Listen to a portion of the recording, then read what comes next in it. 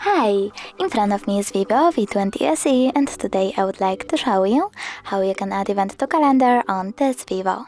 Start by accessing calendar. Now you need to tap on the month above and pick a date. When you're done, click on this plus icon at the bottom right corner, select event and customize it however you wish to. For example, you can add a title, pick starting hour, ending one, or turn off this feature by tapping on the switcher next to all day. You can also add people from your contact book, choose location, add video, add notifications minutes, hours or weeks before, click done, take notes, and even change color.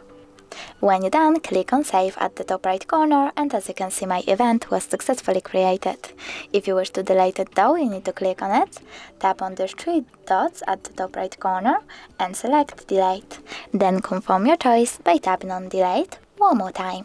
Thanks so much for watching. If you enjoyed this video, smash that like button, comment and subscribe. Bye!